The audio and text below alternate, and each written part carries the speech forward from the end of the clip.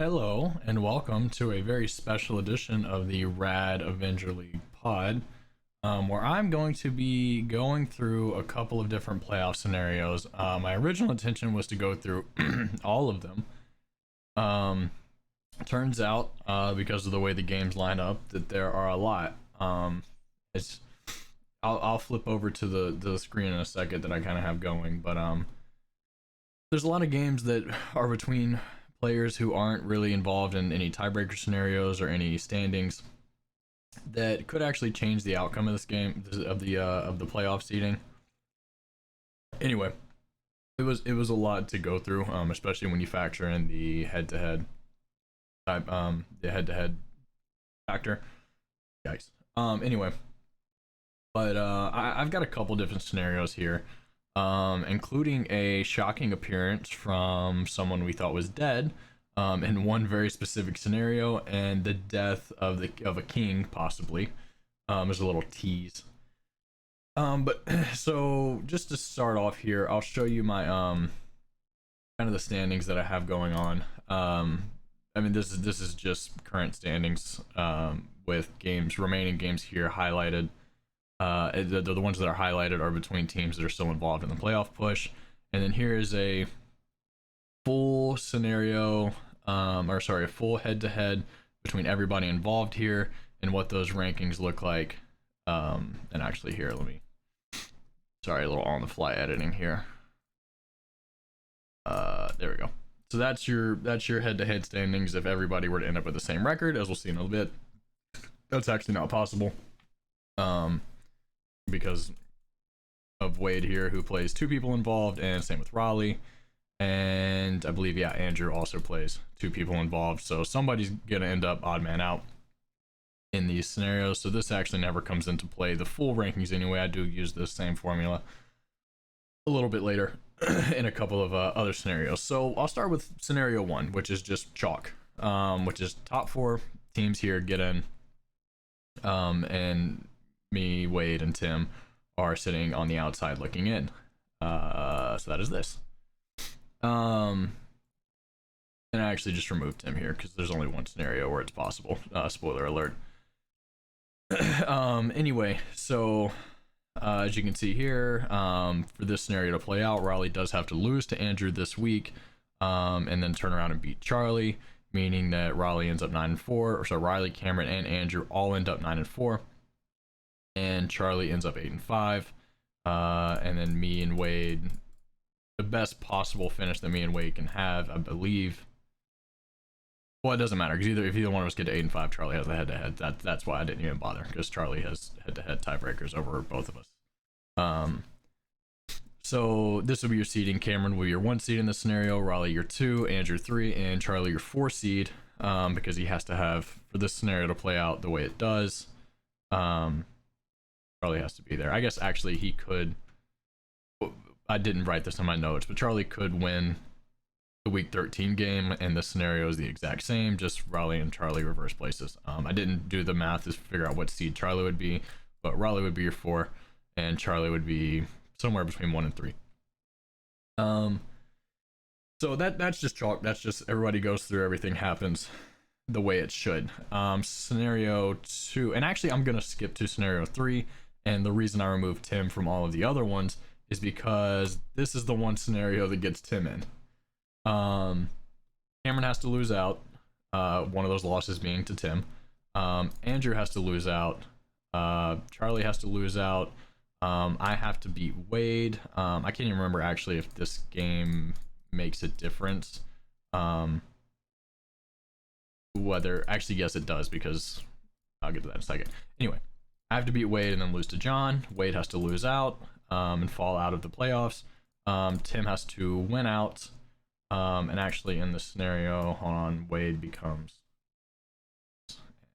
7, and he is actually out of the playoffs.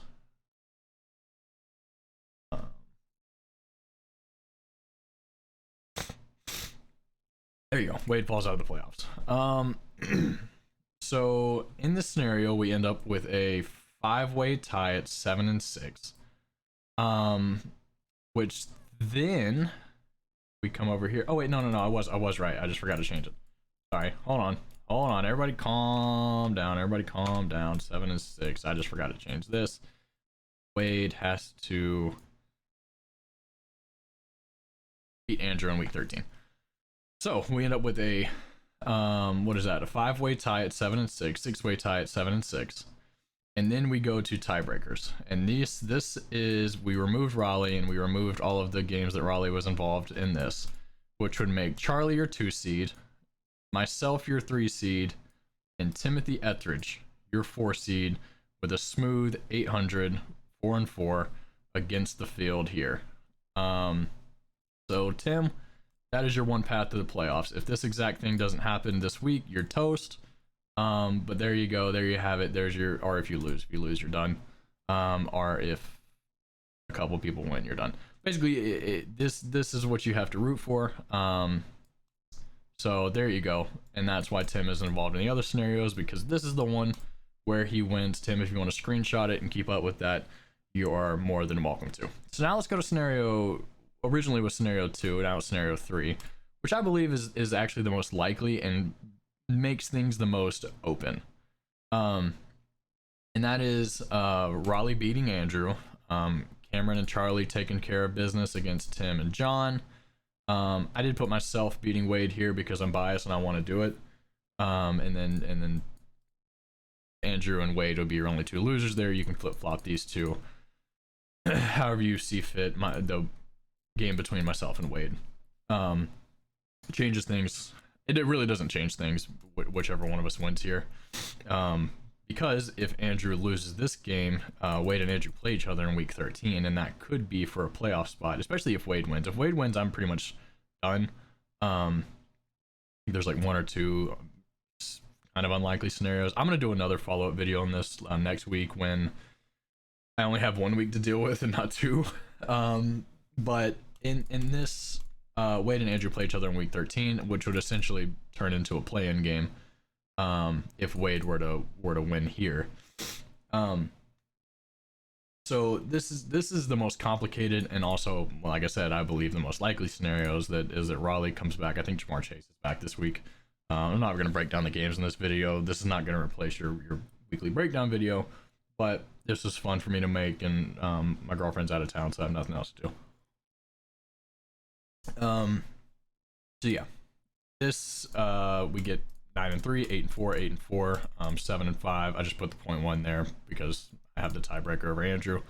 So if this were to play out next week, this would be what your standings look like. Wade would essentially be finished. Yeah, so that's how that plays out. So like I said, this I'm not touching the possibilities in week 13 too much, because there's actually a lot that can go on with the game between Andrew and Wade, and then these games against people who aren't involved in the tiebreaker, they can go a lot of ways to create more tiebreaker scenarios over here, whatever. But I want to go to a really fun scenario, and I think something that all of us want to enjoy and all of us can kind of turn up and root for. So even the people that aren't involved in the playoff push at this point, you know, John, Trevor, Ashley, who else? Somebody else. Oh, well, I guess I'd have Tim out of here, so that would be your other one.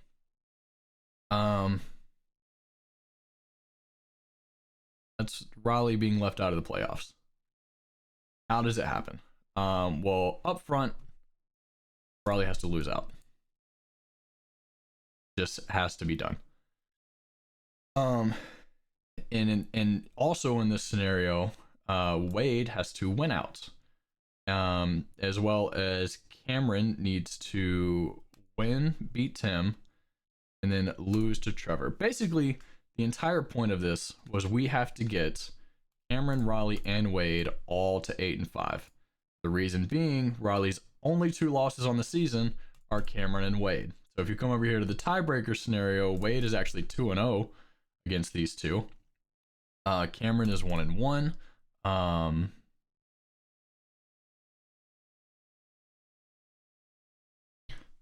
Sorry, I had to pause the recording because for some reason Cameron being 1-1, even though Wade was 2-0, didn't make sense. Yes, Wade has beat Cameron and Raleigh.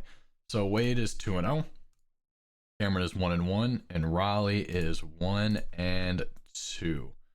Raleigh obviously has lost back-to-back games to Cameron and Wade, but he beat Wade in week 1, so that's where his 1 win comes from. So that would leave Andrew and Charlie fighting for a 1 seed, which I believe Andrew would actually be the 1 seed in this scenario, because he beat Charlie back in week 7. Yeah, that was that 0.12 point win, the insane one.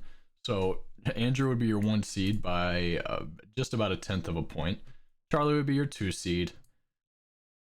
Wade would actually be your 3 seed, and Cameron would be your 4 seed, leaving Raleigh Pool as your 5 seed down here in the trenches with me and everyone else. So that was the most fun scenario I came up with, and it's really the only one that I can see working out because of, once again, the only way that this is possible is Raleigh has to lose out. Much like Tim making it to the playoffs, he has to win out. If Raleigh wins 1 game, he's in. The magic number for getting in the playoffs here is, it looks like 8 wins. Most things I came up with is if you get to 8 wins, you're probably in. So, you know, if anybody gets to 8 wins, you're pretty locked in. Once you get to the 7-6 territory, that's where the tiebreaker shit starts to come into play. And like I said, next week, I'll probably do a more, I don't know if it's going to be more in depth or longer, because it'll be a much clearer picture next week. But I spent a lot of time on the spreadsheet and I wanted to share it with everyone. But here's what you can root for. Everybody screenshot it. Everybody keep up with it. We need this exact play out, which, you know, if I'm going to lose this week, this all better fucking happen. That's all I'm going to say. So, Wade, you are allowed to beat me if the rest of these go this way. Anyway, that was a little midweek fun idea that I had. So, you know, you can all expect your normal length video. I'll record it tomorrow night. It'll be out for Thanksgiving. So you can watch it on Friday, or if you hate your family, you can watch it on Thursday. I don't really care, but it'll be out at its normal time. Anyway, thanks for stopping by. See ya.